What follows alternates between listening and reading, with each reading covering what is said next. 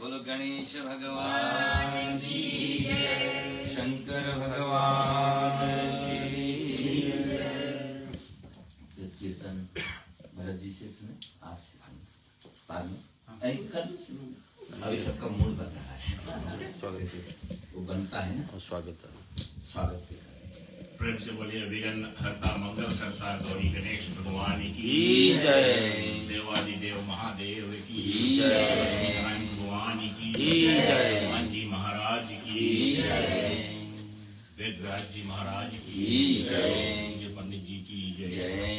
भक्तजन पुनः एक बार फिर आज हम अपने जो साप्ताहिक जो 18 पुराण के निमित्त चौथा पुराण है वायु पुराण के जो कथा चल रही है उसके निमित्त दूसरे रात्रि के सत्संगत में आप सभी को पुनः एक बार फिर अपने पावन पवित्र भवन श्री शनि संकट मोचन मंदिर पर सभी को स्वागत करते हैं। आप व्यक्तिगत रूप से हो या ऑनलाइन जुड़े हुए हो।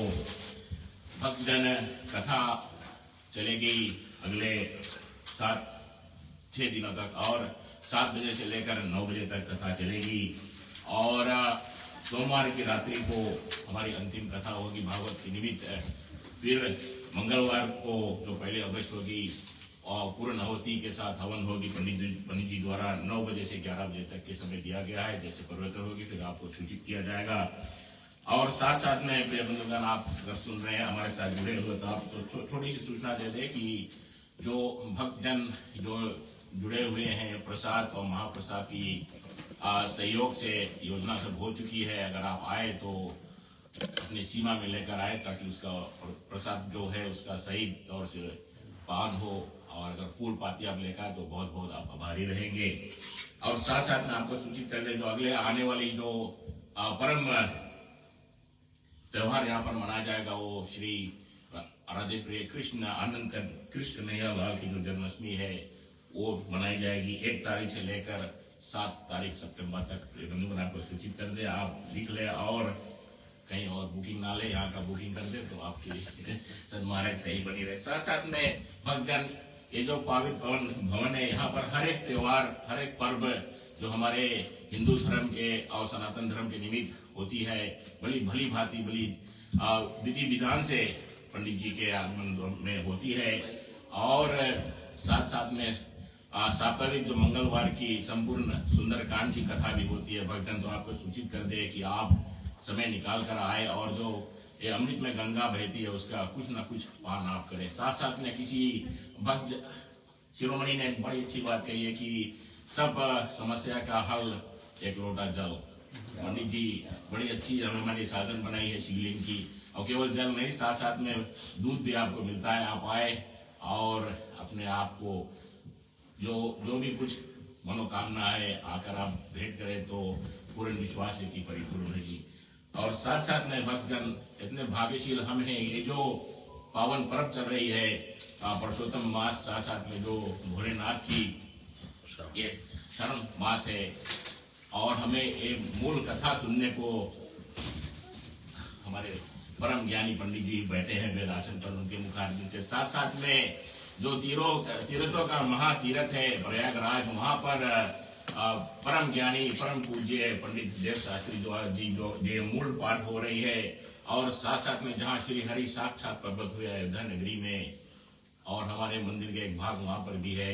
वहां पर संत महात्मा श्री तिवारी जी द्वारा हो रही है और कितने भाग्यशील हमें हमारे जय जयकार केवल यहाँ नहीं साथ साथ में भारतवर्ष में भी हो रहा है। भक्तगण अगर आप श्री संकट मोचन से जुड़े हुए हैं तो हम सब आभारी है अपने परम पूज्य पंडित धर्मेंद्र शर्मा जी सब परिवार से धन्य है महाराज। प्रेम से बोलिए राधे प्रिय कृष्ण जी की महाराज।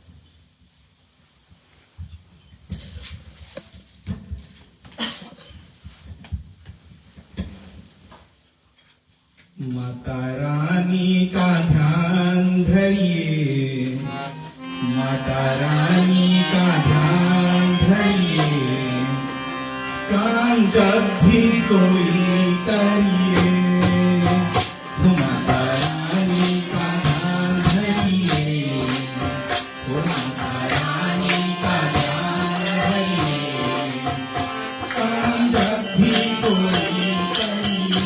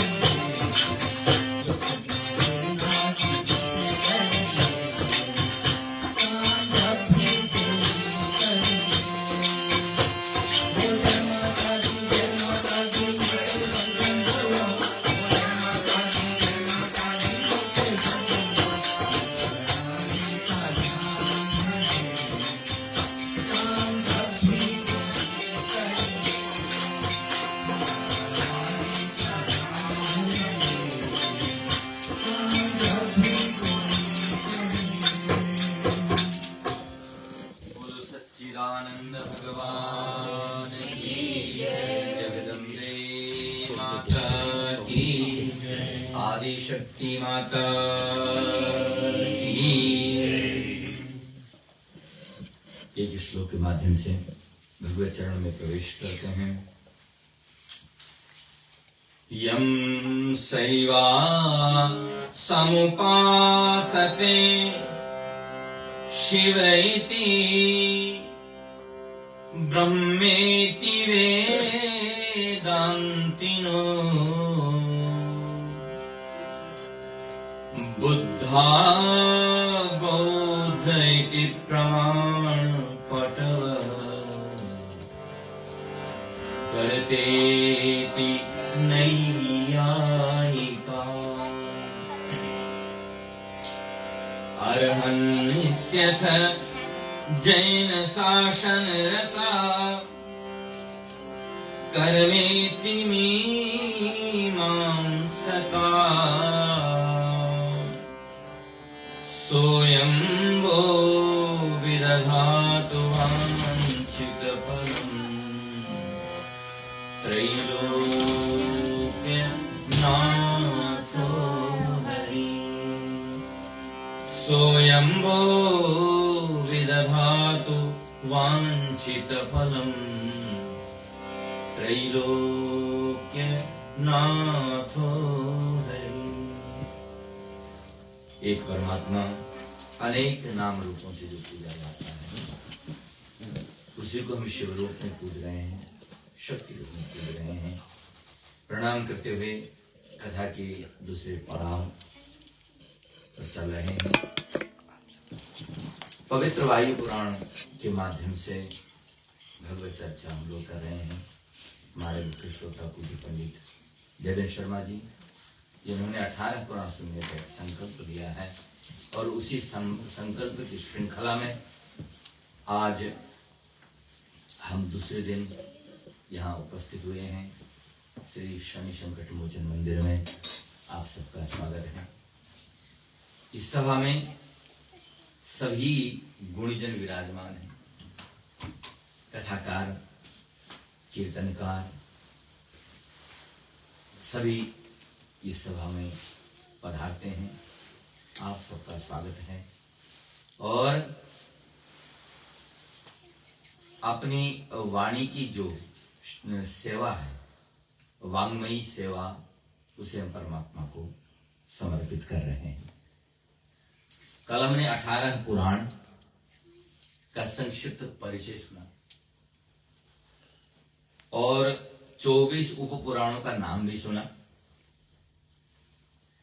और इन 18 पुराणों को कब कब और किस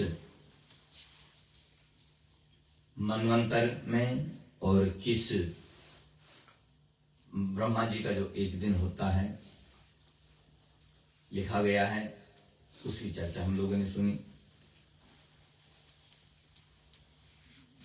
और ये चौथा पुराण, जैसे हमारे पंडित जी ने कहा, प्रारंभ में वायु पुराण चौथे नंबर पर आता है 18 पुराणों के मध्य में।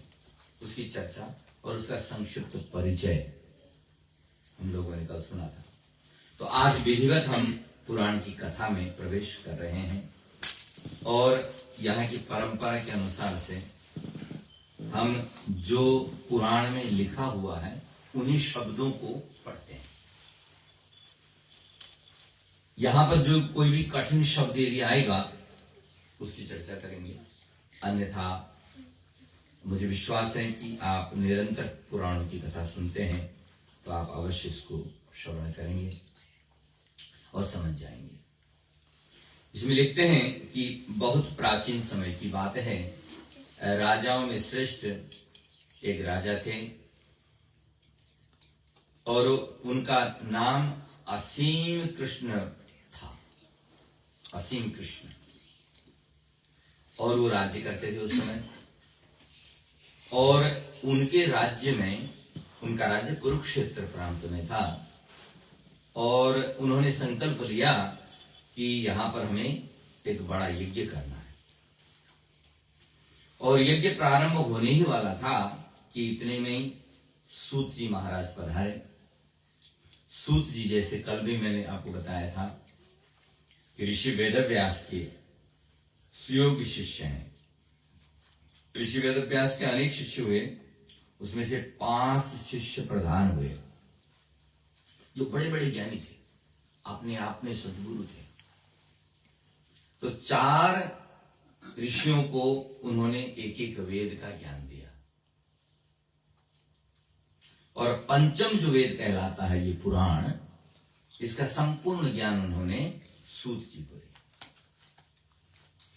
सूत जी का दूसरा नाम आप सुनेंगे कई बार पुराणों में, वो है रोमहर्षण। रोमहर्षण नाम क्यों मिला उनको?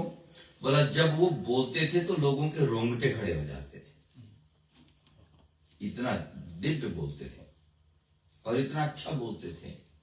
वाणी में मिठास था, शब्दों में मिठास हुआ करती थी, और जब वो भगवान की चर्चा करते थे तो स्वयं उनके नेत्रों से अश्रुधारा बहती थी और रोमांच हो तथा पूरा शरीर जैसे पुलकित हो जाता है ना। इसलिए उनका नाम रोमहर्षण पड़ा। जब वो आते थे ऋषियों की सभा में तो सारे ऋषि सामने बैठ जाते थे। ये एक से एक परम ज्ञानी हुआ करते थे, लेकिन सूत जी को आते हुए बोलते कि महाराज आप सामने बैठो ऊपर में और कथा सुनो। बस वो हमेशा वो कथा सुनने के लिए लोग जो है ना बड़े लालायित रहते थे ऋषि मुनि। हमेशा जैसे प्यासा पानी को देख करके ललचाता है, वैसे ही ऋषि मुनि सूत जी को जैसे देखो बोले महाराज कथा सुनाइए, और उनको बता देते थे किस तरह की कथा सुननी है। तो महामना सूत जी को यज्ञ में आया जानकर सभी ऋषियों के मन में पुराण सुनने की इच्छा जागृत हुई। देखिए आप लोगों ने भी कभी मन में सोचा होगा कि हम भी सुने, लेकिन पंडित जी ने जब लीडरशिप दिखाई और उन्होंने संकल्प लिए तो हम से जुड़ गए, नहीं तो हम सोचते रह जाते। बहुत सारी ऐसी चीजें होते हैं हम सोचते हैं लेकिन कभी कर नहीं पाते हैं। लेकिन जब कोई हमें मिलता है राह दिखाने वाला, हाथ पकड़ के ले जाने वाला, आओ चलो मेरे साथ में, चल पड़ते हैं, हो जाता है। तो इसलिए हमारे पुरोहित हैं ये। पुरोहित माने जो लीडर हो, जो हमें आगे पकड़ करके आगे ले जाए और ठीक ठीक रास्ते पर ले जाए। तो इनके संकल्प का जो प्रतिफल है, जो विशेष फल, वो हम सबको प्राप्त हो रहा है। देखिएगा तो यज्ञ के जो कर्ता थे, उन्होंने ऋषियों का मनोभाव देखा कि ये तो मंत्र पूजा पाठ हवन छोड़कर की कथा सुनने का मन है इनका। उन्होंने भी कहा सूत जी से की कृपा करके ऋषियों का मन है कथा सुनेगा तो आप सुनाइए।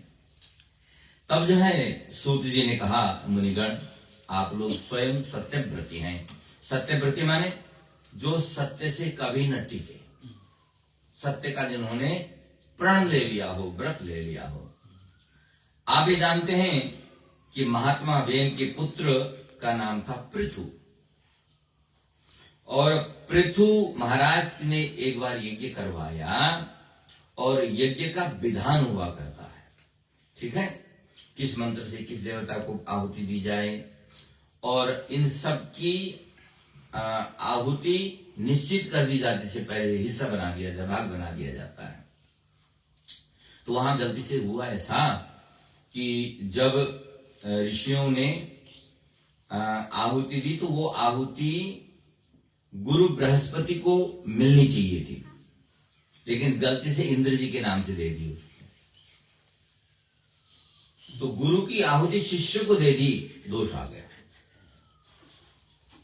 तो उससे जो फल मिला वो फल था सूत जी, यज्ञ से उत्पन्न हुए थे ये,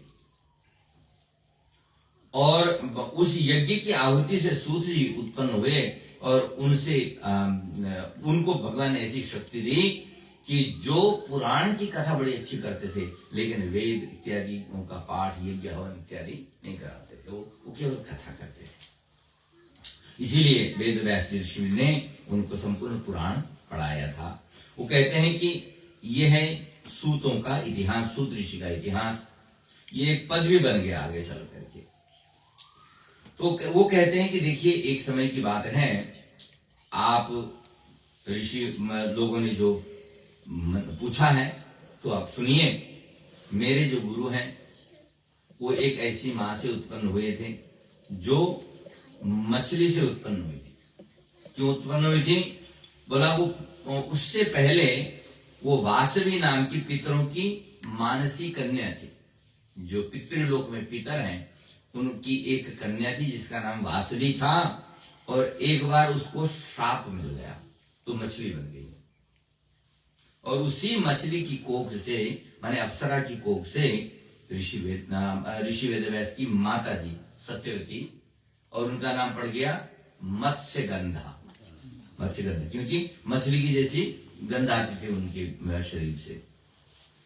और जब ऋषि पराशर ने उनका स्पर्श किया तो ऐसी सुगंध आई कि दूर दूर तक जंगल में सुगंध फैल गई, चंदन की सुगंध आती थी उनके शरीर से। उसके बाद वो कहते हैं कि ऐसे मेरे ऋषि को, जो मेरे गुरु हैं, जो स्वयं भगवान के अवतार हैं, और उनको मैं प्रणाम करके आप लोगों को यथाशक्ति यथामति कुछ कथा सुनाऊंगा। तो यहां कहते हैं कि सबसे पहले देखो सृष्टि होती है, तो सृष्टि का संक्षिप्त रूप से वर्णन सुनो, फिर विस्तार करूंगा। तो संक्षिप्त रूप से कहते हैं कि सबसे पहले सृष्टि के नाम पर अंड उत्पन्न, हिरण्य कहते हैं सोने को, सोने का अंडा उत्पन्न हुआ जल में, और उसी जल में वो अंडे से वायु, वायु से आकाश, आकाश से सारे प्राणी चराचर उत्पन्न हुए। इसका विस्तार करेंगे भाई, लेकिन अभी संक्षिप्त में बता रहे हैं, आप सब जानते हैं।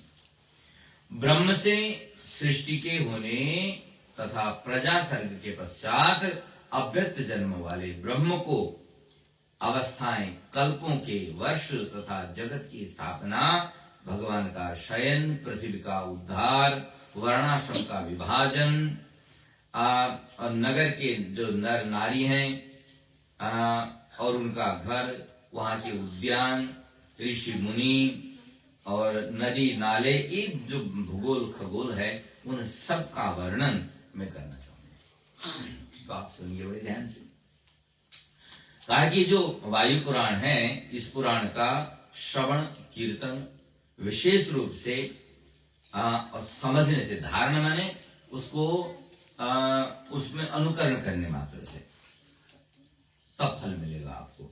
आप सुन लीजिए, विचार कर लीजिए, लेकिन यदि धारण नहीं करेंगे, माने एक्शन नहीं लेंगे, तो फल का नहीं मिलेगा।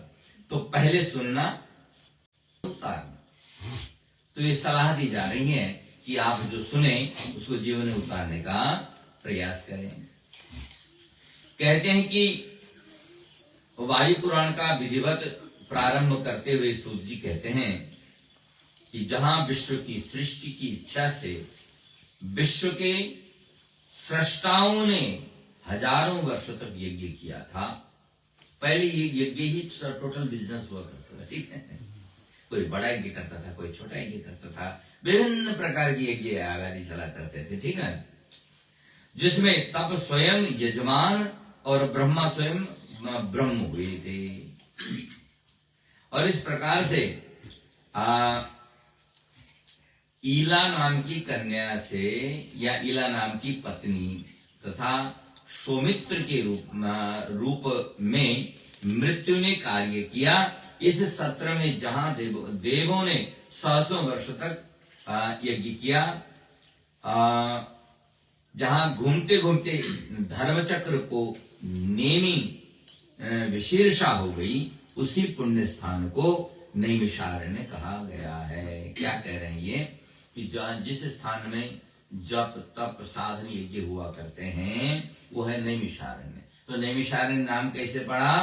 बोला कि सारे ऋषि मुनि मिलकर के ब्रह्मा जी के पास गए, भगवान विष्णु के पास गए और उनसे कहा कि हमें ऐसा संसार में कोई पवित्र स्थान बताइए जहां आपका हम ध्यान कर सकें, पूजा कर सकें, कथा कर सकें। क्योंकि लंबा यज्ञ करना है तो स्थान पवित्र होना चाहिए। थोड़े दिन के बाद में मन हट जाए या बीमार पड़ जाए या कोई विघ्न बाधा आ जाए, ऐसी जगह नहीं चाहिए। तो भगवान ने उनको चक्र दिया और कहा चक्र के पीछे चलते रहो, पीछे पीछे। तो चक्र आगे, ऋषि मुनि पीछे पीछे। तो वो चक्र जो है जाके नैमिषारण्य में शांत हो गए। उस जंगल में। तो ये कहते हैं कि घूमते घूमते धर्म चक्र की नेमी, माने जो उसका जो घूमना था वो बंद हो गया, तो उसका जगह का नाम ऋषि ने रख दिया ये नैमिषारण्य। बस उसी स्थान को अपना उन्होंने स्थान बनाया और वहां पर निरंतर ये यज्ञ यागादि होते रहते हैं। यही उन ब्रह्मवादियों ने यज्ञ किया, यही नैमिषारण्य की वह तपोभूमि है। वे सभी ऋषि नैमिषेय कहलाए। नैमिषारण्य में जो रहा वो नैमिषेय कहलाते थे। वहां महाबुद्धिशाली उन मुनियों का वह 12 वर्ष सत्र जो है, मैंने सत्र माने यज्ञ का जो काल है उसको सत्र कहा जाता है। तो वो 12 वर्ष तक चला। वहां का राजा पुरुरवा था उस वक्त। और देवहूति की प्रेरणा से अप्सरा उर्वशी ने राजा पुरुरवा का वर्ण किया था। उर्वशी के साथ उनका विवाह हुआ। उर्वशी के साथ राजा ने उस सत्र को नष्ट करने का प्रयत्न किया। ये उस जो यज्ञ 12 साल से चल रहा था उसको रोकने के लिए पुरुरवा, राजा पुरुरवा ने कोशिश की, लेकिन नष्ट नहीं कर पाए। लेकिन एक दिन अचानक आखेट में माने वहां खेलते हुए आया, और जब राजा उस यज्ञ स्थली की ओर आया तो वहां सोने की बनी यज्ञशाला को देखा उसने। यज्ञशाला कैसी थी? गोल्डन। अच्छा, और जैसे वो आया तो उसने कहा अरे बाप रे, इतना सोना है यहां पर। तो उसका जी ललचाया, उसने सोना हरण करना चाहा। ऋषियों को क्रोध आ गया, तो ऋषियों ने पकड़ा और मार दिया।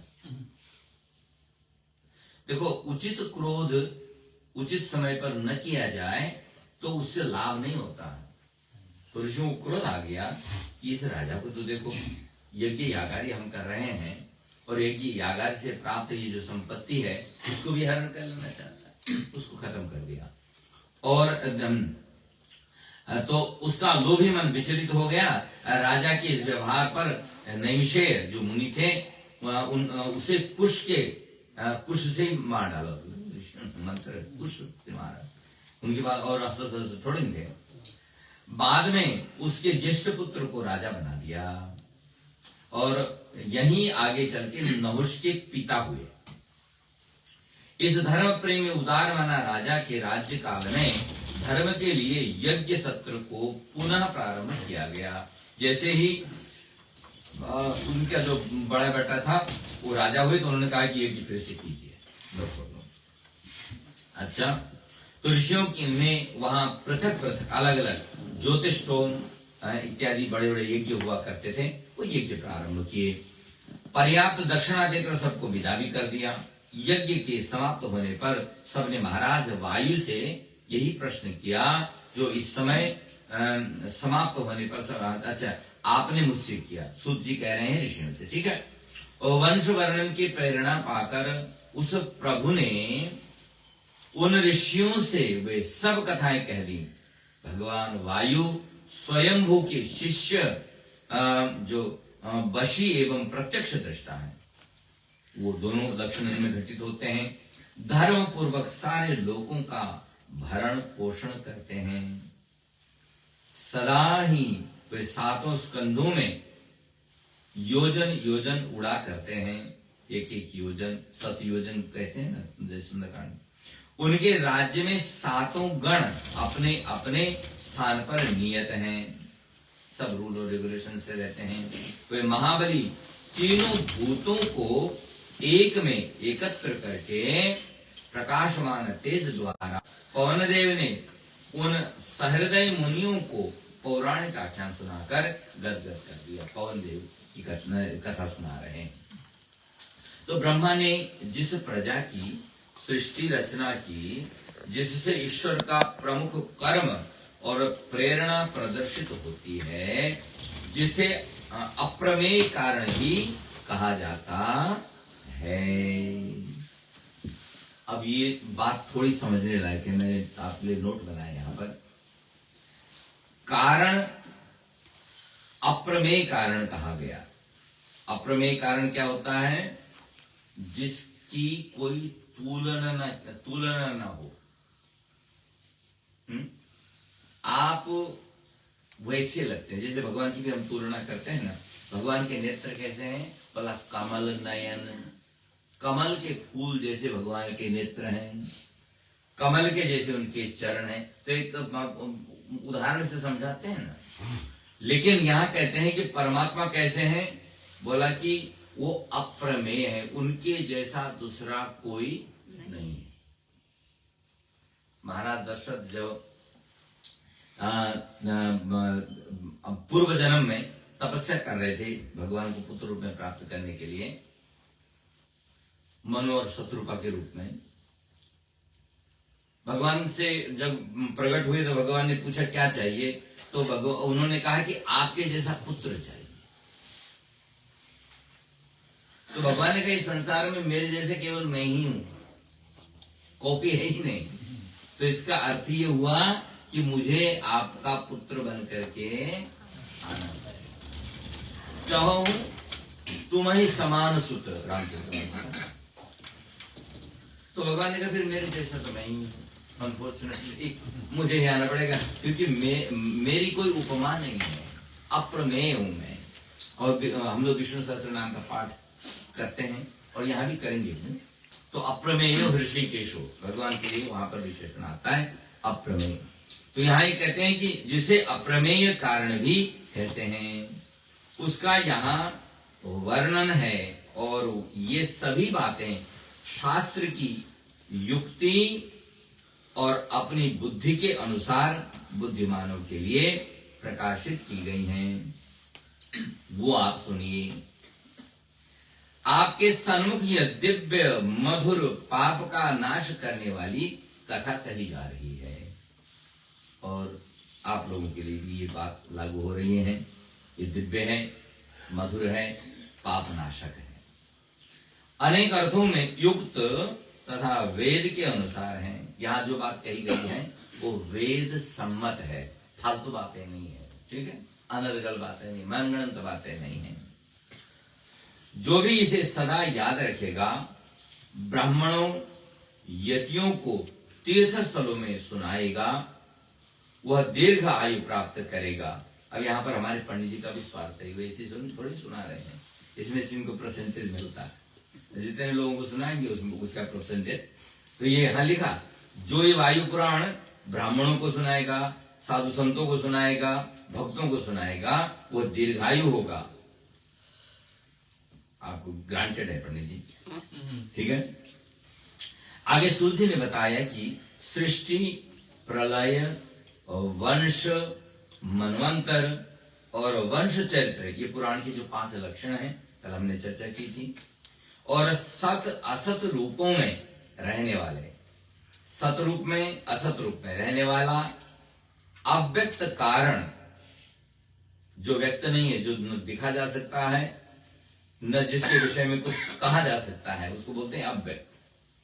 अगोचर शक्ति अनुपम है, अव्यक्त। इसी को लोग प्रधान एवं प्रकृति, कुछ प्रधान कहते हैं, कुछ प्रकृति कहते हैं, कुछ गद्य कहते हैं, कुछ वर्ण कहते हैं, कुछ शून्य कहते हैं, कुछ स्पर्श से रहित अक्षम्य नित्य अपने में उपस्थित जगत का कारण, माने अलग अलग नामों से उस पर ब्रह्म परमात्मा को हम याद किया करते हैं। तो सृष्टि काल में क्षेत्रज्ञ की स्थापना से गुणयुक्त महान उत्पन्न हुआ, जो महत अव्यक्त से ढका हुआ था। अब ये तो देखिए बिल्कुल हिंदी संस्कृत से ढकी हुई है, तो इसको आपको समझना होगा।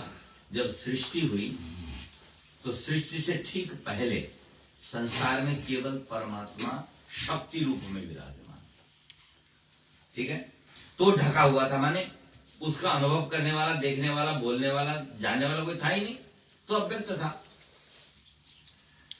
वही यहां कहने की कोशिश कर रहे हैं। तो सृष्टि की इच्छा से यह महान ही सृष्टि करता है।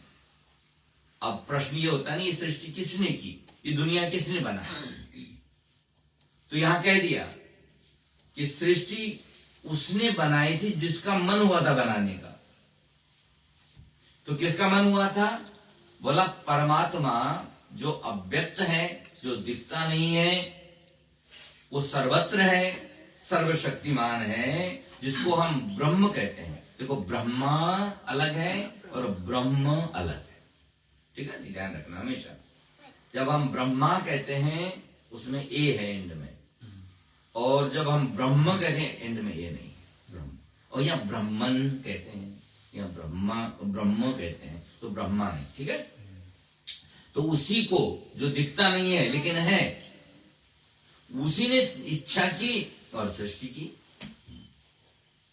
उसकी इच्छा से ही सृष्टि हुई है, ना आपकी इच्छा से सृष्टि हुई, ना हमारी इच्छा से। तो ब्रह्म भू मति ख्याति ईश्वर प्रज्ञा चिति स्मृति और संविद इसी के ही नाम है। हालांकि नाम इसके तो 1000 नाम है, थाउजेंड्स। तो संकल्प तथा अध्यवसान इसकी 2 वृत्तियां हैं। संकल्प तो आप लोग जानते हैं, हमने संकल्प ले लिया बोलते हैं। तो अध्यवसान क्या है? माने दृढ़ता, उसमें दृढ़ निश्चय, अडिग निश्चय। तो संकल्प और अध्यवसान ये 2 चीज क्या है? इस परमात्मा की वृत्तियां। सत रज तम रूप से यह त्रिगुण है, सतोगुण, रजोगुण और तमोगुण। आप ये सोचते होंगे कि यदि वो ब्रह्म एक था तो वो 3 रूपों में, हम कहते हैं ना 3 रूपों में क्यों विभक्त हुआ? क्योंकि प्रकृति में 3 ही गुण है, सतोगुण, रजोगुण और तमोगुण, और वही ब्रह्मा विष्णु महेश के रूप में जाना गया। त्रिगुण में रजोगुण की अधिकता से अहंकार उत्पन्न होता है। अब वो दिव्य सृष्टि की बात कर रहे हैं, ठीक है। जब रजोगुण, सतोगुण और तमोगुण में से जब रजोगुण बढ़ जाता है तो उससे अहंकार उत्पन्न होता है। कल आपकी लॉटरी लग जाए तो 2 महीने के बाद आप अपॉइंटमेंट भी नहीं दोगे हमें। क्यों? अरे अब तो स्टेट लेना है, उसको संभालना है और प्लानिंग करनी है। दुनिया भर के फाइनेंशियल प्लानर आपके आगे पीछे घूम रहे होंगे तो पंडित की काम मौका देगा तुम मिलने का है। तो उससे क्या हो गया? एक अहंकार की उत्पत्ति हो गई। लेकिन अहंकार एक जो हमारे अंदर रजोगुण से होता है वो है, और एक अहंकार उसको बोलते हैं अहम भाव, अपना होना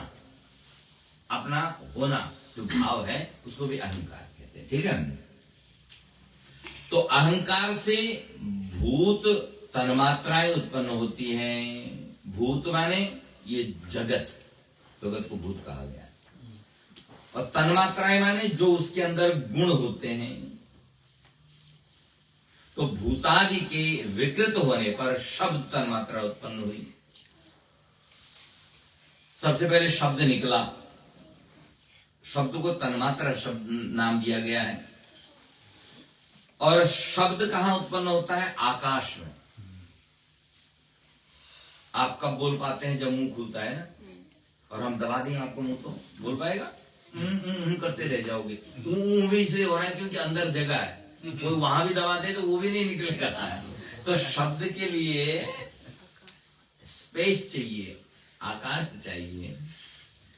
तो कहा कि भूतादि ने शब्द मात्र आकाश को ढक लिया।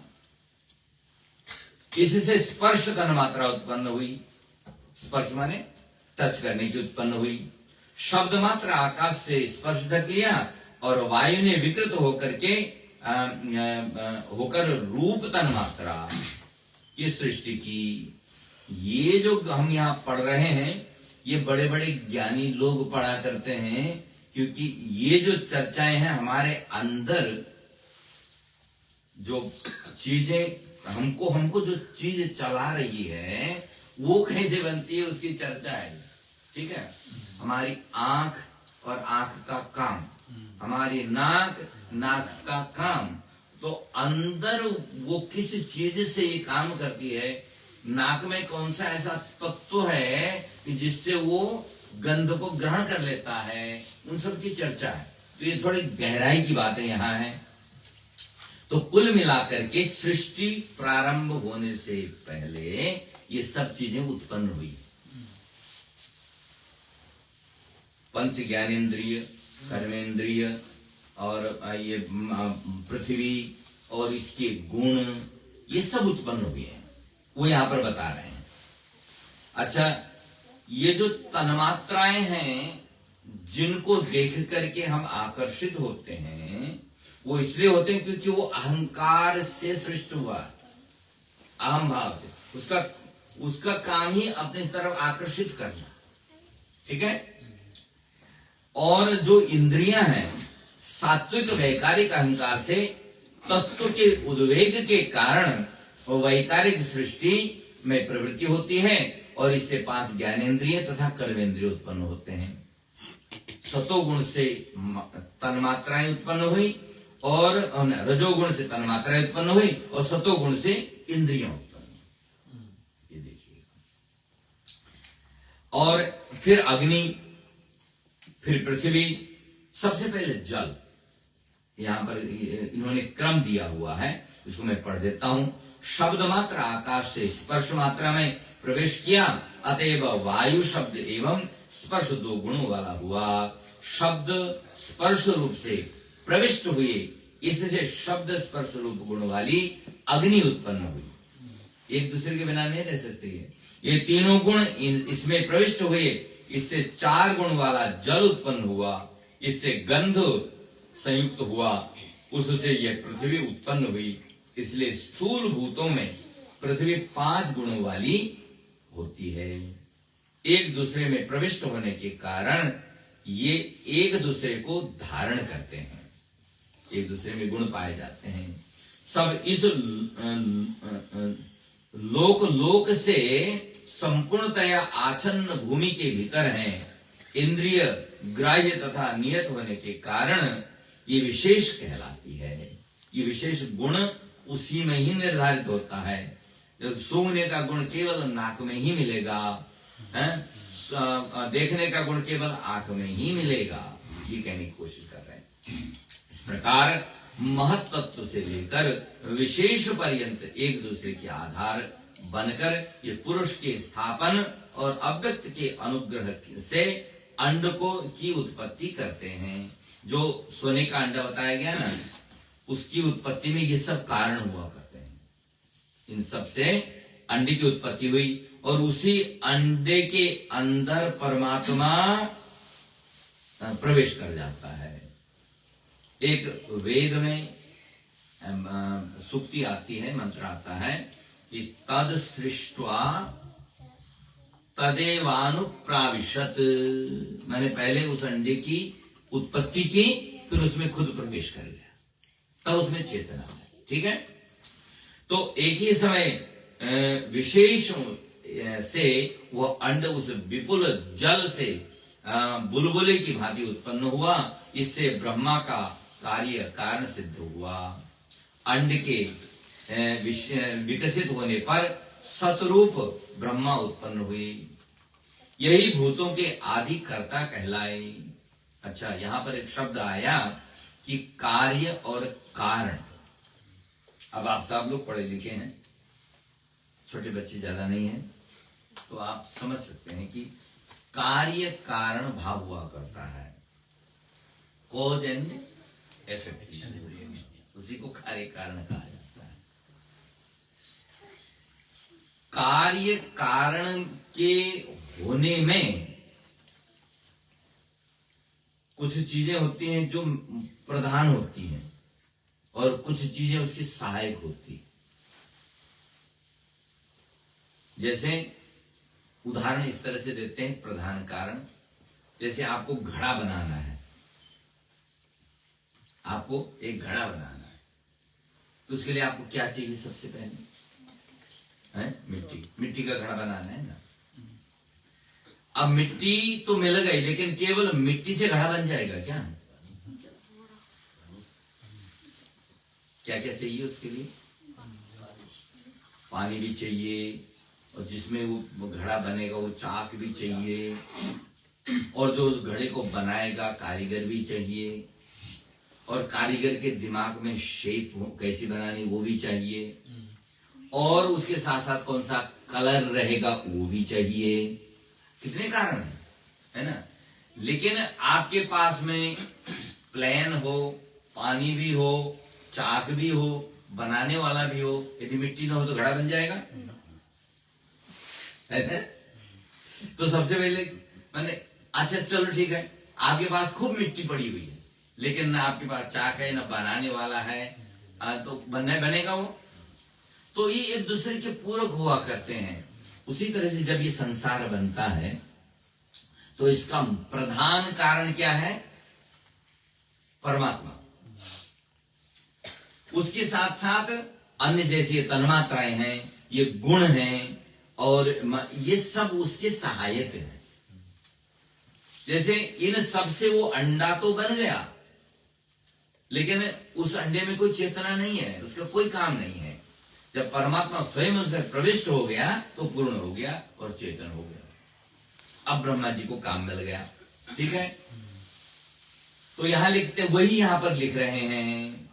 तो अंड के विकसित होने पर सतरूप ब्रह्मा उत्पन्न हुए, सतोगुण से ब्रह्मा जी उत्पन्न हुए। यही भूतों के माने भूत माने जो उसमें उत्पन्न होंगे उसके कर्ता कहलाए। यही प्रतिसर्ग में चतुर्मुख ब्रह्म नामक क्षेत्र त्यज्य के रूप से प्रकट हुए। सृष्टि काल में कारणों के साथ इनकी सृष्टि होती है, और प्रलय काल में करणों का त्याग करके असमाहार संधियों में शरीरों को ग्रहण कर लेते हैं। जो स्वर्णमय मेरु है वही उस महात्मा का उल्व स्थान है। उस अंड के भीतर ही सारे सातों समुद्र और लोक द्वीप पृथ्वी नदियां पर्वत समूचा जगत चंद्र सूर्य नक्षत्र वायु ग्रह सब उसमें समर्पित है। तो इतना बड़ा अंड है ब्रह्मांड जिसको कहते हो आप लोग, ठीक है। तो अंड अपने परिमाण से 10 गुने आकाश में ढका हुआ है। आकाश भूतादि अहंकार से और भूतादि अहंकार महत तत्व से और महतत्व अव्यय से घिरा हुआ है। अब इसमें मैं नहीं जाऊंगा, नहीं तो बहुत लंबी कथा हो जाएगी, ठीक है। केवल सुन लो। इस प्रकार यह अंड 7 प्राकृतिक आवरणों से आच्छादित है, एक दूसरे से उत्पन्न और एक दूसरे को धारण करती हुई विकृति अपनी प्रकृति में रहती है। प्रकृति और विकृति को समझाना भी बड़ी बात है। जो हिरण्यगर्भ की उत्पत्ति को ठीक ठीक जानता है उसकी आयु कीर्ति धन और प्रजा की वृद्धि होती है। अब आप ये जो हिरण्यगर्भ की उत्पत्ति माने परमात्मा की उत्पत्ति, सृष्टि की उत्पत्ति, संसार की उत्पत्ति, जो भी आप कहना चाहे, यदि कोई समझ ले तो उसकी आयु बढ़ती है, धन बढ़ता है, कीर्ति बढ़ती, यश बढ़ता है। तो ये लालच आपको दिया गया चॉकलेट देकर के काम कराने का। कब की बात यहाँ हो रही है, बोलो सच्चिदानंद भगवान की। यदि ये सब मिल गया तो फिर तो आप तो ब्रह्मज्ञानी हो गए कि नहीं गए। तो सृष्टि ही परमेश्वर का दिन है और प्रलय ही रात्रि होती है। कल की कथा में आपने सुना था ना, ब्रह्मा जी जब ऑफिस बंद करके सोने जाते तो प्रलय हो जाता है, ठीक है। रात्रि के बीतने पर विश्व की उत्पत्ति होती है। प्रातः काल हुआ फिर सृष्टि प्रारंभ हो गए। वस्तुतः गुणों की साम्य अवस्था में प्रलय और वैषम्य सृष्टि में सृष्टि का भाव हुआ करता है। माने जब सत्व रज और तम ये तीनों गुण अपने साम्य अवस्था में आते हैं तब महाप्रलय हो जाता है। और जब में इनमें विकृति हो जाए, सतोगुण रजोगुण और तमोगुण तीनों मिल गया तो प्रलय हो जाएगा। लेकिन जब ये अलग अलग हो जाएंगे तो सृष्टि हो जाएगी। सत्व और तम में अव्यक्त के आश्रय से रजोगुण उपस्थित रहता है। प्रकृति संभव परमेश्वर ही अपने उत्कृष्ट योग से अंड में प्रवेश करके प्रधान प्रकृति और पुरुष को क्षुब्ध करते हैं। मन उनको जगाते हैं, बनाते हैं। इस दशा में रजोगुण उद्बुद्ध होता है। रजोगुण कैसे उत्पन्न होता है? चेतना के अधिष्ठान से जो सृष्टि उत्पन्न होती है, उसी से गुणों में शोभ आने पर परम गुह्य सर्वात्मा शरीरी देव रूप में रजोगुणी ब्रह्मा, तमोगुणी अग्नि और सत्वगुणी विष्णु प्रकट हुए। अब वहां पर सत्वगुणी ब्रह्मा को बताया था ना, यहाँ पर सत्वगुणी विष्णु आ गए। यही तीनों लोक, तीनों गुण, तीनों वेद और तीनों अग्नियां एक दूसरे से मिले हुए हैं और एक दूसरे के सहायक भी हैं। ईश्वर परम देव है, विष्णु महान से पर है और ब्रह्मा सृष्टि करते हैं। पुरुष पर और प्रकृति परा कहलाती है। पुरुष को पर कहा जाता है और प्रकृति को परा कहते हैं। गुण की विषमता से पहले प्रकृति प्रवृत्त होती है, तब उस सत असत रूप से ब्रह्मा और बुद्धि उत्पन्न हुए। ऐश्वर्य और अप्रहित ज्ञान से युक्त वैराग्य से उत्पन्न हजारों सिरों वाला यह पुरुष है। वेद में भगवान के लिए कहा गया है, सहस्र शीर्षा पुरुषः सहस्राक्षः सहस्रपाद। भगवान के हजारों सिर हैं, हजारों हाथ हैं, हजारों पैर हैं। ऐसा विराट रूप का वर्णन किया गया है। इस स्वयंभू की तीन अवस्थाएं होती हैं। स्वयंभू माने जो अपने आप पैदा हुआ, इसको किसी ने पैदा नहीं किया, किसी ने बनाया नहीं।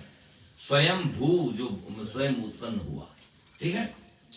तो ब्रह्मा रूप में लोकों की सृष्टि और काल रूप में संहार, पुरुष रूप में होने पर उदासीन, उदासीन मन न लेना न देना, ये प्रजापति की तीन अवस्थाएं हैं।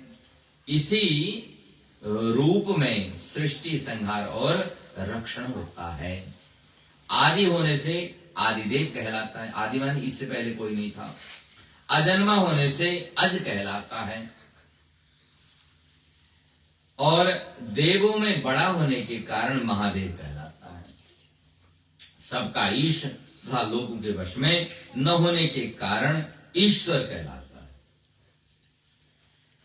ईश्वर सर्वभूतानां, सब जगह रहता है। बृहद माने बड़ा, विशाल होने से ब्रह्मा कहलाता है। सर्वव्यापी होने से विभु कहलाता है। और पूर्व में वास करने से पुरुष तथा किसी ने इसे उत्पन्न नहीं किया, इसलिए स्वयंभू कहलाता है। पूज्य होने से यज्ञ और क्रांतिदर्शी होने के कारण कवि कहलाता है। आगे उत्पन्न होने के कारण अग्नि तथा हिरण्यगर्भ से उत्पन्न हुआ, इसलिए हिरण्यगर्भ कहलाता है। स्वयंभू के व्यतीत वर्ष आदि काल सैकड़ों वर्षों में भी नहीं गिनाए जा सकते हैं।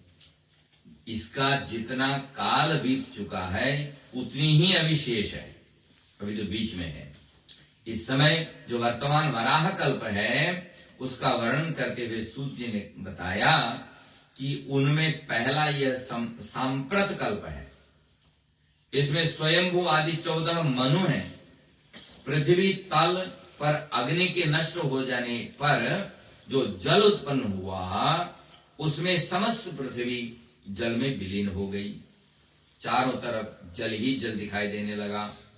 उस समय ब्रह्मा वायु का रूप धारण करके रात्रि के समय इधर उधर घूमने लगे। अनुमान के द्वारा समुद्र में डूबी हुई पृथ्वी का पता लगाकर उसके उद्धार के लिए प्रयास किया।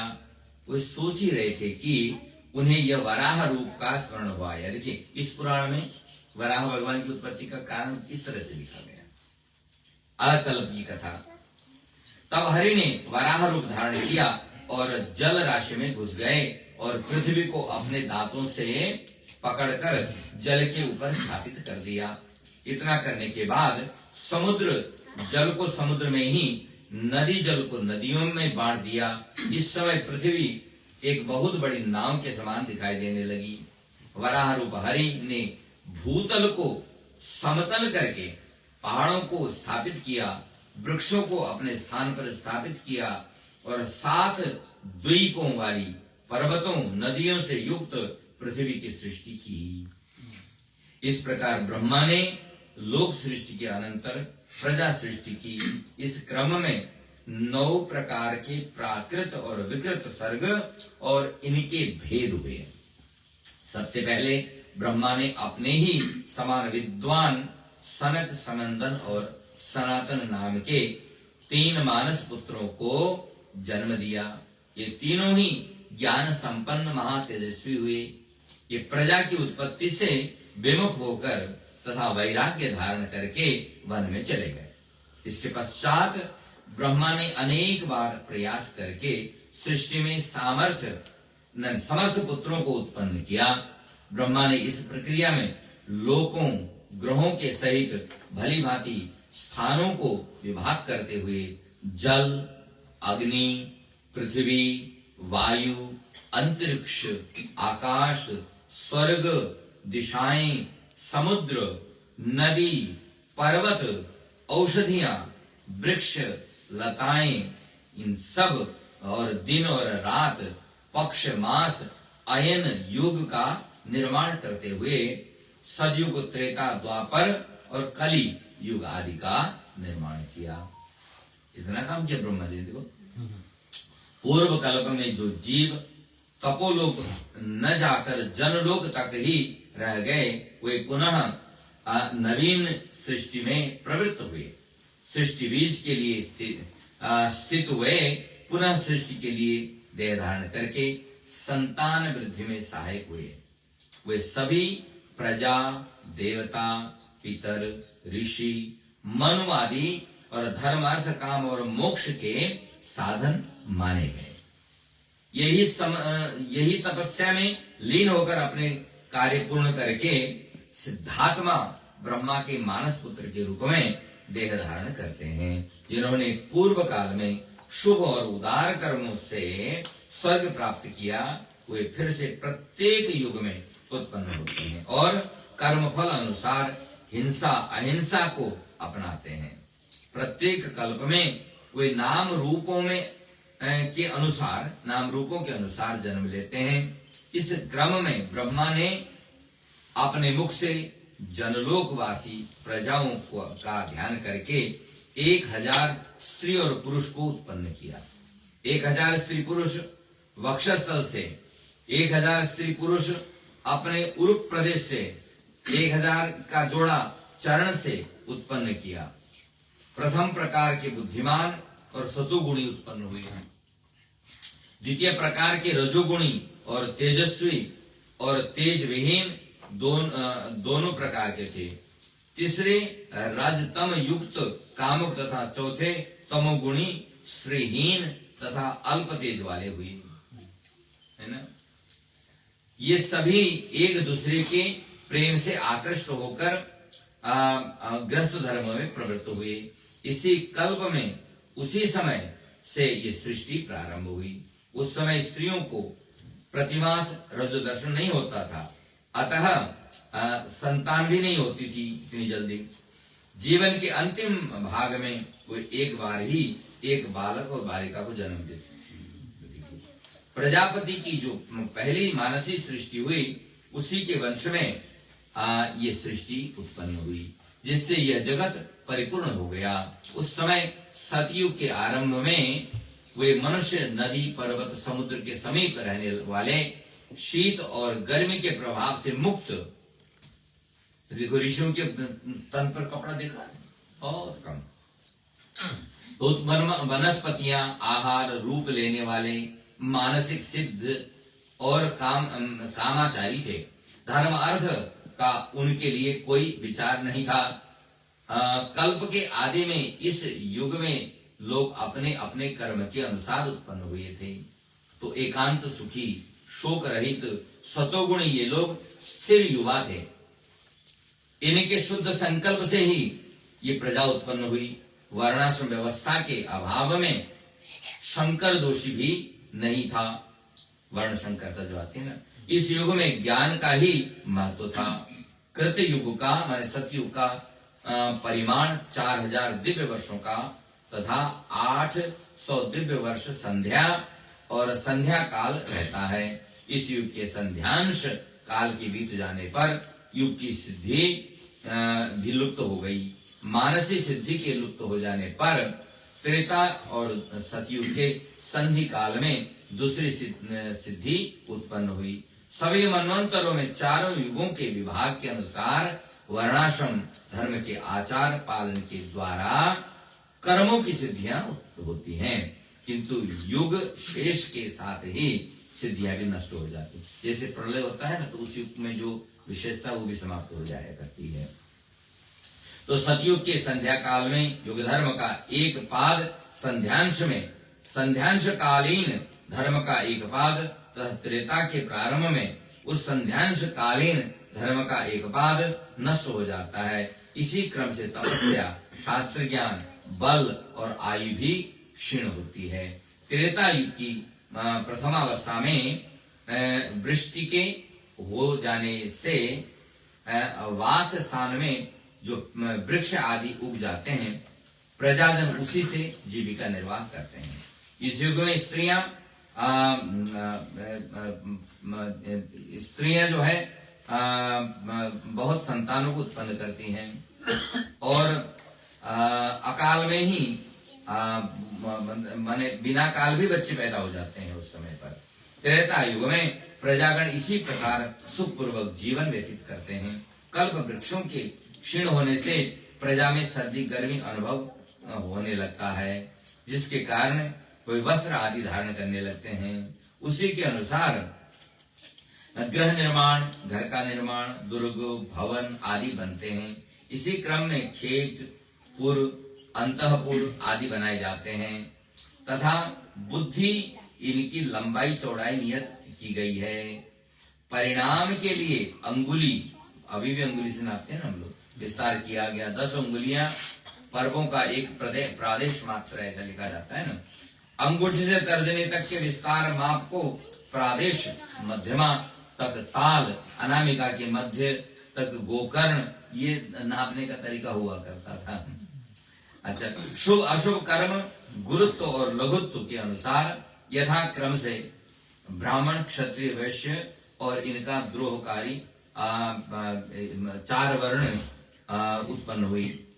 इनके बीच जो बलवान, सत्यवादी, अहिंसक और जितेंद्रिय थे, वे नगर में रहने लगे, नगर या गांव आदि में रहने लगे। इनकी अपेक्षा जो दुर्बल थे, वे प्रतिग्रह दान लिया करते थे।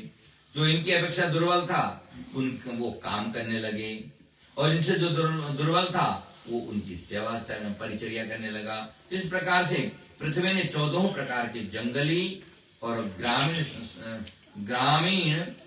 सस्यों को अपने में छिपा लिया।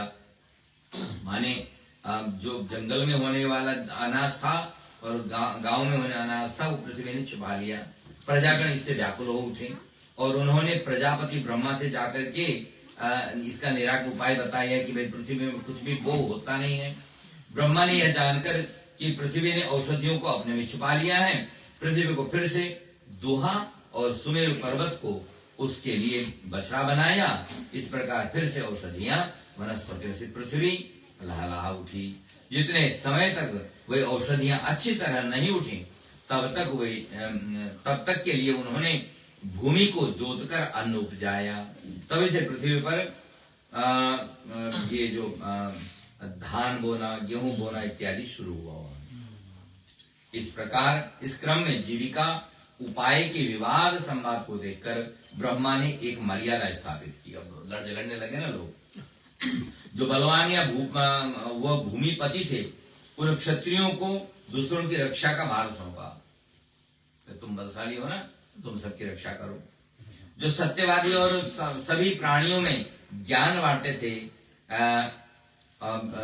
ज्ञानवान थे, वे ब्राह्मण कहलाए। काम में लगाया जो सोचते हुए, शोक करते हुए, निस्तेज होकर इधर उधर खाली भ्रमण करते, घूमते फिरते, खाते सोते हैं, उनको शूद्र कहा। ठीक है। वैसे ही नहीं बोला गया है। इसके पश्चात सभी जीव क्रम से मोह के वशीभूत निर्धारित नियमों का अनादर करते हुए परस्पर विरुद्ध आचरण में प्रवृत्त हुए। वास्तव में ब्रह्मा ने ब्राह्मणों के लिए यज्ञ, यजन, अध्यापन और प्रतिग्रह रूप 3 कर्म बतलाए। दान लेना, दान देना, पढ़ना, यज्ञ करना, यज्ञ कराना। क्षत्रियों के लिए बल, शासन और युद्ध जीविका का उपाय बताया। वैश्यों के लिए पशुपालन, वाणिज्य और कृषि कर्म तथा शूद्रों के लिए शिल्प कला और जो अन्य लोग नहीं कर रहे उस व्यवस्था उनके लिए रख दी गई। पूर्वोक्त 3 वर्णों के लिए यजन, अध्ययन और दान की सामान्य रूप में व्यवस्था की गई थी। वर्ण धर्म की प्रतिष्ठा के बाद ब्रह्मा जी ने ब्रह्मचर्य, गृहस्थ, वानप्रस्थ और संन्यास ये 4 आश्रमों की व्यवस्था की। शिक्षा के लिए धर्म, आचार, नियम आदि का उपदेश ग्रहण करने के लिए ब्रह्मचर्य आश्रम, अन्य आश्रमों का उत्पत्ति और धनोपार्जन तथा अतिथि सत्कार, संतानोत्पत्ति, यज्ञ, श्राद्ध, गृहस्थों के कर्तव्य बताए गए हैं। इसी प्रकार चीर पात्र और अजय धारण करना, फलमूल भक्षण, दोनों का स्नान और होम अनुष्ठान ये वानप्रस्थों में को करना है। कम से कम कपड़े रखना, ठीक है। भिक्षा, आस्तेय, शौच से निवृत्त, दया, क्षमा, अक्रोध, गुरु की सेवा, इन लक्षणों को धारण करके संन्यास आश्रम बताया गया।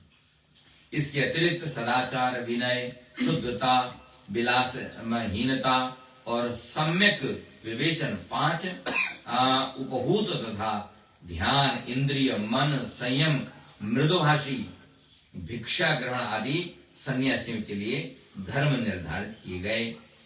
ये सभी आश्रम मानव कल्याण के लिए तथा कलुषित हृदय वाले व्यक्ति को किसी भी काम में फलप्रद नहीं है। ब्रह्मा ने लोक विस्तार की दृष्टि से ही आदि मनवंतर में देवयान प्राप्ति के लिए ये 4 पथ, 4 मार्ग निर्धारित किए। सूर्य इन पथों के सूर्य इन पथों के द्वारा हैं। इसी प्रकार पितृयान के द्वारा चंद्रमा कहे गए हैं। वर्णाश्रम विभाग करने पर भी प्रजागण जब वर्णाश्रम पालन में शिथिलता दिखाने लगे तो यह देखकर ब्रह्मा ने अपने शरीर से उसे त्रेता युग में अपनी तरह कितनी ही मानसी प्रजा की सृष्टि की। सत्य, रज प्रधान देव, ऋषि, पितर और मनु नामक 4 प्रकार की संतान उत्पन्न की। ये धर्म, अर्थ, काम और मोक्ष के साधन धर्म के अनुसार युग रूप और संतानोत्पादन में प्रवृत्त हुए। इनके जघन से पहले असुर उत्पन्न हुए।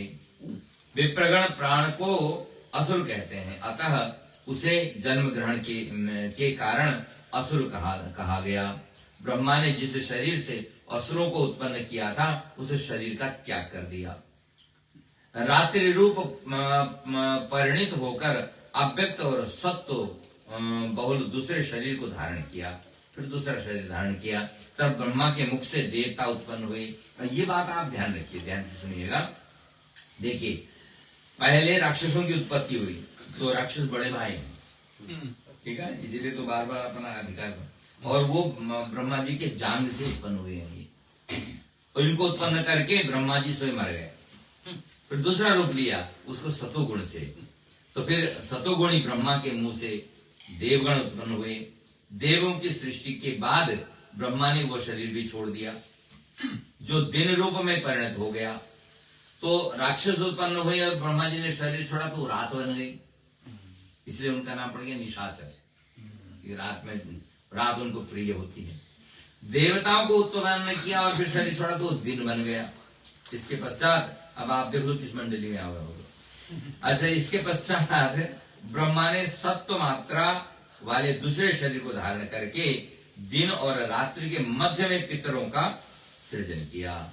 जिस शरीर से ब्रह्मा ने पितरों को उत्पन्न किया उस शरीर को भी छोड़ दिया। वो छोड़ा गया शरीर संध्या काल कहलाया। और इसीलिए दिन देवों के लिए, रात्रि असुरों के लिए और संध्या पितरों के लिए सुखदायी होती है। इसके पश्चात ब्रह्मा ने रज प्रधान शरीर धारण करके मन से मानस संतानों को उत्पन्न किया, विचार किया और पैदा हो गए, और फिर उस शरीर को भी छोड़ दिया। ये छोड़ा हुआ जो शरीर है वही तेज बन गया, और उसका दूसरा नाम है ज्योत्सना। ज्योत्सना संध्या दिन सत्व गुणात्मक है, रात्रि तम प्रधान है, इसलिए त्रियामा कहलाती है। इसके पश्चात रज तम प्रधान दूसरे शरीर को धारण करके ब्रह्मा ने क्षुधा से व्याकुल होकर, भूख से, क्षुधा माने भूख, ब्रह्मा को बड़ी भूख लगी, को उत्पन्न किया। यह प्रजा जल को ही खाने के लिए तैयार हो गई। ब्रह्मा जी भूखे थे और उसी वक्त इन्होंने जिस सृष्टि को उत्पन्न किया तो सारी भूखड़ निकली और वो पानी को ही पी जाने लगी। पानी तो था ना उस टाइम पर। वो यक्ष कहलाए और हम जल की रक्षा करते हैं ऐसा कहते हुए जो उत्पन्न हुए वे निशाचर राक्षस कहलाए। इस अप्रिय सृष्टि को देखकर ब्रह्मा के केश राशि स्खलित हो गए। अब आजकल जो हम लोगों को भी जब टेंशन होता है तो बाल ही झड़ते हैं ना। ब्रह्मा जी ने अपने बच्चों को जो देखा, जो सृष्टि की, उसको देख करके इतनी उनको टेंशन हुई कि बाल गिर गए उनके। वही सर्दी गर्मी से युक्त सर्प के रूप में, ये सांप और कोई नहीं, ब्रह्मा जी के बाल बेचारे गिरे थे तो चिंता के कारण, तो ये सांप जो है होकर उन्हीं के ऊपर चढ़ने लगे। अब वो बाल गिरे तो सांप बनकर के ब्रह्मा जी के ऊपर के आओ पिताजी खिलाओ, ऐसा देखकर ब्रह्मा को अत्यंत क्रोध आ गया। अरे बाप रे, बाल गिरे लेकिन सांप बन करके चढ़ रहे हैं मेरे ऊपर। तो क्योंकि क्रोध भी सर्पों के साथ ही उत्पन्न हुआ था, विष रूप में परिणत होकर सर्पों में सम्मिलित हो गया। तो ब्रह्मा जी का क्रोध ही उनका विष है। जो सांप जहरीले हैं इसलिए है। तो सांपों को देखकर ब्रह्मा ने भूत पिशाचों की उत्पत्ति की, इससे इनसे रक्षा के लिए। तो ब्रह्मा का तेज पान करने के कारण गंधर्वों की उत्पत्ति हुई। उसके पश्चात ब्रह्मा ने पक्षियों को बनाया, मुख से बकरी की रचना की, उदर से गौए बनाई, उदर माने पेट, अश्व माने घोड़ा, मृग आदि ये बालों से, ब्रह्मा जी के बालों से उत्पन्न हुए, और फल फूल निर्मित किए ब्रह्मा जी ने, और उनके छोटे बड़े जीव जंतु उत्पन्न हुए। तो महेश्वर ब्रह्मा ने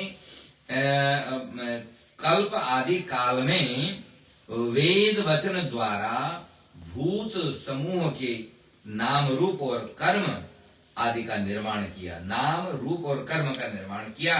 रात्रि के समाप्ति में और दिन के प्रारंभ काल में ब्रह्म पूर्व काल के वेदों का प्रकाश करते रहे। उसी को ब्रह्म मुहूर्त कहा जाता है। जब ब्रह्मा ने देखा कि इस प्रकार प्रजा की वृद्धि नहीं हो रही है, ये तो और चीज उत्पन्न हो रहे हैं, तब भृगु, पुलस्त्य, क्रतु, अंगिरा, मरीचि, दक्ष, अत्रि और वशिष्ठ नामक पुत्रों को उत्पन्न किया। ये नाम तो आपके सुने हुए हैं। ये नव ब्रह्मांड नाम से पुराणों में प्रसिद्ध हैं ये लोग। इसके बाद अपने रोष से रुद्र की उत्पत्ति हुई। रोष माने क्रोध। सो क्रोध से रुद्र की उत्पत्ति हुई।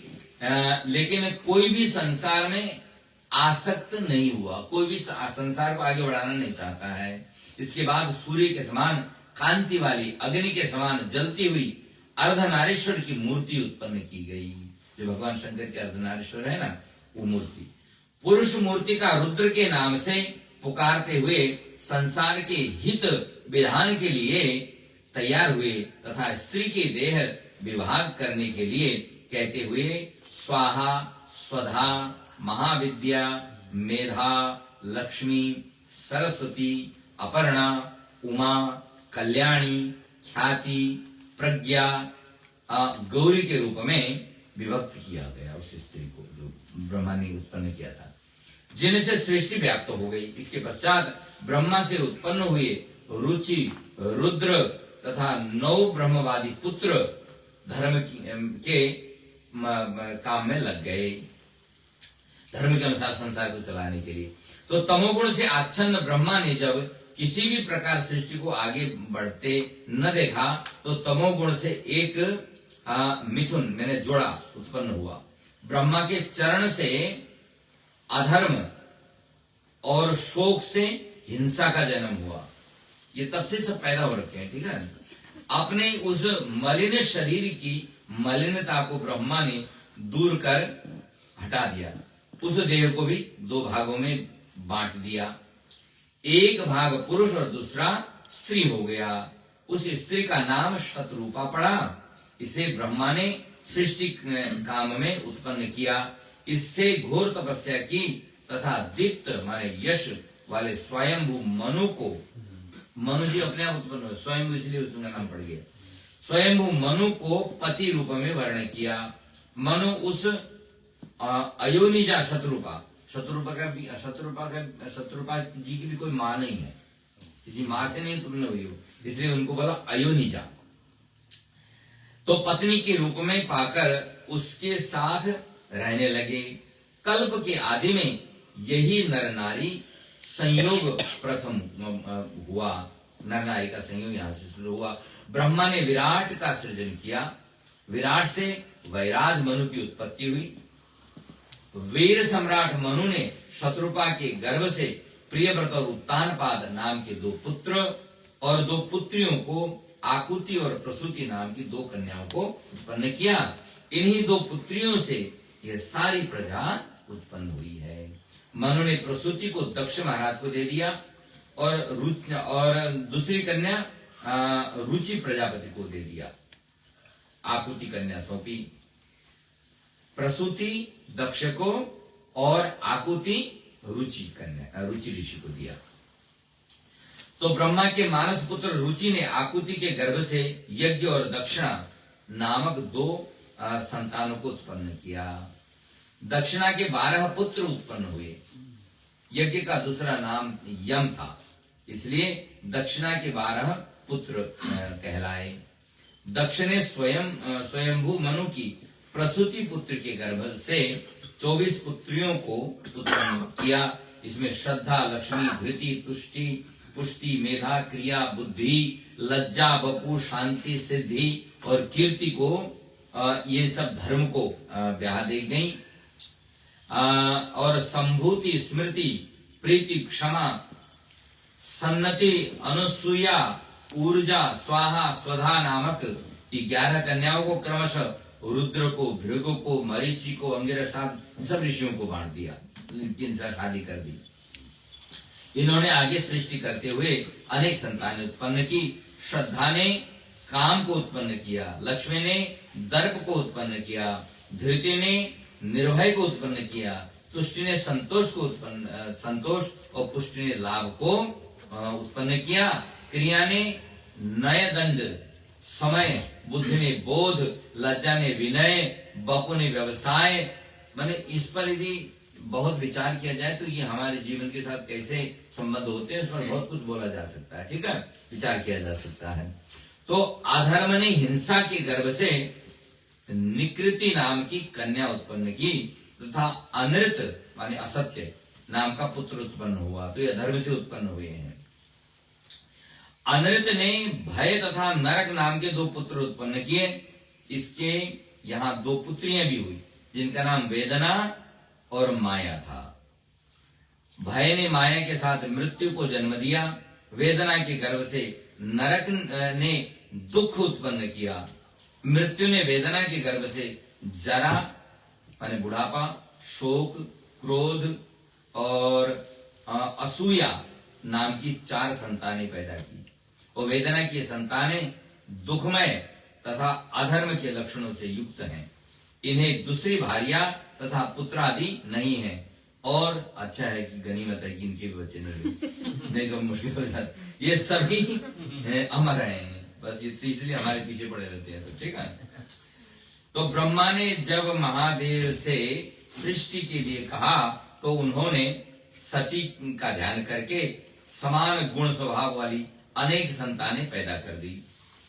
ये सभी धर्म धारण किए हुए पिंगल वर्ण रूप है इनका। रूप तेज और ज्ञान में पिता के समान थे, स्थिर यौवन वाले और महातेजस्वी थे। ये सभी दल बांधकर रोने लगे, मंडलियां बना बना कर रोने, जैसे आप कीर्तन गाते हो ना, ये लोग रोने लगे। ब्रह्मा ने जब ये देखा तो महादेव ने से कहा कि आप अपनी तरह इस प्रकार की प्रजा उत्पन्न न करें। सब रो रहे हैं, हल्ला कर रहे हैं, काम नहीं कर रहे। तो महादेव ने ब्रह्मा जी को ही सृष्टि का भार सौंपते हुए कहा कि हमने जो प्रजा उत्पन्न की है वे तीनों लोकों में रुद्र नाम से प्रसिद्ध होकर शतरुद्र कहलाएंगे और युगों तक यज्ञ भाग के अधिकारी होंगे। ब्रह्मा ने यह सुनकर प्रसन्नता प्रकट की। तब से महादेव स्थान होकर रह गए। उन्होंने कहा कि मैं अब सृष्टि नहीं करूंगा। एक बार भगवान ब्रह्मा ने कहा शंकर से तुम सृष्टि करो, तो उन्होंने ये सब रुद्र जब बनाए खूब हो हल्ला करने लगे और रोने लगे, तो भगवान ब्रह्मा ने कहा कि बंद करो भैया ये सब है। उन्होंने कहा ठीक है मैं नहीं करूंगा आज से, तो उनका नाम पड़ गया स्थान। तो देवता असुर और ऋषियों ने से भी अधिक तेजस्वी होने के कारण उनका नाम महादेव पड़ गया। बोलो भगवान शंकर महादेव की जय। संकीर्तन भगवान शंकर का सुनने वाले हैं। तो महेश्वर योग के अनुसार प्राणायाम, ध्यान, प्रत्याहार, धारणा और स्मरण 5 प्रधान कर्म हैं। ये प्रधान कर्म है। प्राण की विस्तार गति को प्राणायाम कहा जाता है और यह उत्तम, मध्यम और मंद 3 प्रकार की होती है। तो इसका प्रमाण 12 मात्रात्मक होता है। मध्यम प्राणायाम 24 मात्रात्मक होता है। ये भी काफी गहरा साइंस है यहाँ पर। और मंद प्राणायाम 12 मात्रात्मक तथा उत्तम प्राणायाम 63 मात्रात्मक हुआ करता है।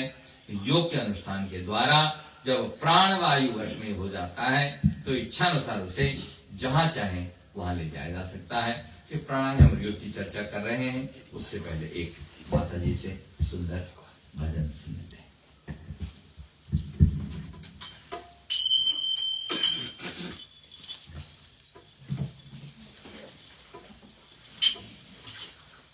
हमारे से ओ बाबा डमरू बजावे, हमारे से ओ बाबा डमरू बजावे,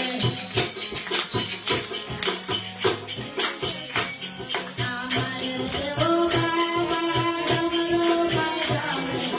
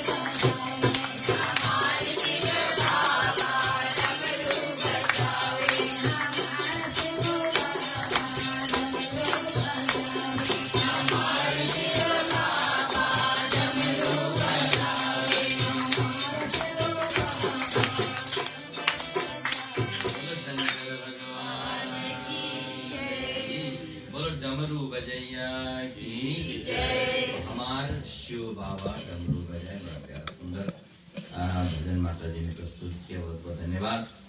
5 मिनट और कथा को हम लोग आगे बढ़ाते हैं। तो वायु द्वारा कथित यह प्रसंग सुनने के बाद सूत जी ने कहा कि तत्व दृष्टि संपन्न योगियों को जो उपसर्ग होता है उसमें मनुष्य के लिए उचित कामनाएं, स्त्री प्रसंग, अभिलाषा, पुत्र उत्पादन की इच्छा, विद्या, दान, अग्निहोत्र, हविर यज्ञ, कपट, धनार्जन, स्वर्ग, स्पृहा आदि आते हैं। योगी इनमें आसक्त होकर अविद्या के वशीभूत, अज्ञान के वशीभूत हो जाते हैं। इन्हें योग के लिए विघ्न समझना चाहिए। प्रतिदिन ब्रह्मनिष्ठ होकर योगाभ्यास करने से ये दोष नष्ट हो जाते हैं। इन उपसर्गों को तथा सांस को जीतने वाले योगी को सात्विक, रजस और तमस विघ्न उपस्थित नहीं होते हैं। और ये सतोगुण, रजोगुण और तमोगुण को बैलेंस करने का नाम ही योग है। ठीक है। दूर की आवाज सुनने की शक्ति, देवताओं का दर्शन और भ्रांतिहीन सिद्ध का लक्षण है। माने यदि आपको सिद्धि मिल गई तो आप क्या कर सकते हो कि देवता आपको दर्शन देंगे, आपके सामने देवता खड़े होंगे, आप उन्हें देख पाएंगे। देवता खड़े हम देख ही नहीं पा रहे, है ना। और भ्रांति हमारे अंदर क्या है कि ये सही है, ये गलत है, ये अच्छा है, ये बुरा है, इस तरह की भ्रांतियां हैं। ठीक है। तो भ्रांति समाप्त हो जाती है। यदि ये भ्रांतियां मिट जाएं तो देवता भी दिखने लगेंगे, आपसे बातचीत भी करने लगे। यक्ष, राक्षस तथा गंधर्व आदि दिव्य जो दर्शन और ये जो विघ्नकारी हैं, योगी जब सब दिशाओं में देव, दानव, गंधर्व, ऋषि और पितरों को देखने लगते हैं तब वे उन्मत्त हो जाते हैं। भ्रम से बुद्धि और ज्ञान नष्ट होते हैं। भ्रम से बुद्धि और ज्ञान नष्ट होते हैं। ऐसी दशा में उज्जवल वस्त्र या कंबल से शरीर को ढककर मन ही मन ब्रह्मा का ध्यान करना चाहिए। इसमें योगी को चाहिए कि वह जितेंद्रिय होकर इंद्रियों पर विजय प्राप्त करके अल्पाहारी थोड़ा खाए, थोड़ा सोए, संयम रखे और मूर्धा में सूक्ष्म की धारणा करे। यहाँ पर अपना ध्यान लगाए। ऐसे जितेंद्रिय योग युक्त योगी में प्राण संज्ञक उपसर्ग होता है।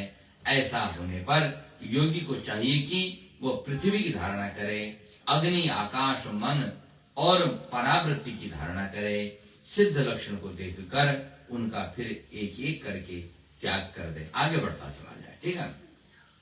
पहले पृथ्वी की धारणा करें। पृथ्वी तत्व सूक्ष्म रूप से उसमें प्रविष्ट हो जाता है। उस समय उसके शरीर से उत्पन्न गंध निकलती है। जल की धारणा करने से जल का सूक्ष्म तत्व उसमें प्रवेश करता है तथा अमृत के समान रस उसके शरीर से प्रवाहित होता है। तेज की धारणा करने से सूक्ष्म तेज से वो संक्रांत हो जाता है। आपने देखा होगा ना, देवताओं के आगे पीछे वो तेज का घेरा लगा रहता है। वो वायु की धारणा करने से सूक्ष्म आकाश संक्रांत होता है। मन की धारणा करने से मन सूक्ष्म होकर संक्रांत हो जाता है। बुद्धि द्वारा जब बुद्धि की धारणा की जाती है तब योगी समस्त सत्व बोध में समर्थ हो जाया करता है। इन 7 सूक्ष्म को जानकर जो योगनिष्ठ मेधावी इनका परित्याग कर देते हैं, वे बुद्धिगण से परम तत्व को प्राप्त हुआ करते हैं। इसलिए भाव समूह के एकांत निष्ठावान हो जाना चाहिए। जो योगी तत्व ज्ञानी को जानकर परब्रह्म को नित्य धन समझते हैं, उनके सभी उपसर्ग माने उनके अंदर जो भी ये भ्रांतियां हैं शांत हो जाती हैं। वे तीनों लोगों को कपा सकते हैं, इतनी शक्ति अपने अर्जित कर लिया करते हैं। इस तरह से वायु पुराण का ये प्रसंग यही भगवान को आज समर्पित करते हुए कल फिर बड़ी सुंदर चर्चा होगी वायु पुराण के माध्यम से। आइए एक बार कथा को विश्राम दें, उससे पहले एक भजन और कर लें, फिर उसके बाद में आते हैं। हमारे मुख्य श्रोता मुख्य श्रोता आप हैं, तो मुख्य श्रोता जी के मुख से हम लोग एक भजन सुनेंगे। और हम लोग एक आध दिन अपने बिलादन जी हैं, वो बड़ा सुंदर भजन करते हैं। 6:30 बजे से है, आते नहीं। ठीक है, धन्यवाद। गणपति बाबा की जय जयकार करो।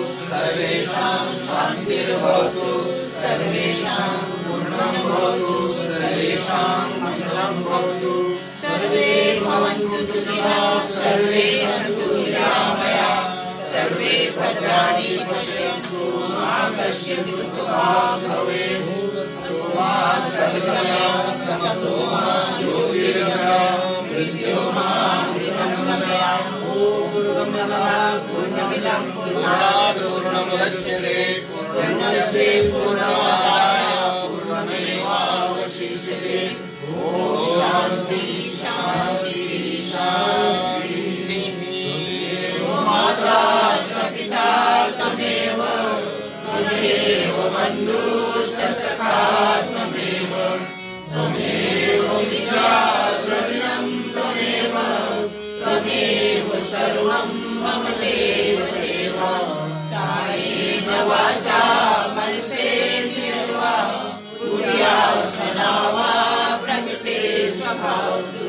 करोमि यद्यत् सकलं परस्मै नारायणाय समर्पयामि सदा शिवाय समर्पयामि समर्पयामि। प्रेम से बोले श्यावर रामचंद्र जी की जय। कृष्णचंद्र जी की जय। उमापति महादेव जी की जय। हनुमान जी महाराज की जय। सनातन विश्वधर्म की जय। सब संतन की जय। जगत जननी आदि शक्ति जगदम्बे माँ दुर्गे की जय। वेद व्यास जी महाराज की जय। धर्म की जय। धर्म का प्राणियों में विश्व का गौ माता की अपने अपने माता पिता की अपने अपने गुरुजनों की भक्त भगवान की आज की आनंद की शनि संकट मोचन धाम की पुरुषोत्तम मास की ओम नमः पार्वती पते हर हर महादेव। काल हर कष्ट हर दुख हर दारिद्र काल हर कष्ट हर दुख हर दारिद्र काल हर कष्ट हर दुख हर दारिद्र भक्तों का भंडार हर हर महादेव। जय जय श्री राधे जय जय श्री राधे जय श्री राधे जय जय श्री राधे जय श्री राधे जय जय श्री राधे। संत बड़े परमार्थी वेश करे दूत राम नाम की गोला छूटे भाग जाए। आज सबूत प्रकट है ना। है ना। आज बहुत कुछ प्रकट हुआ है।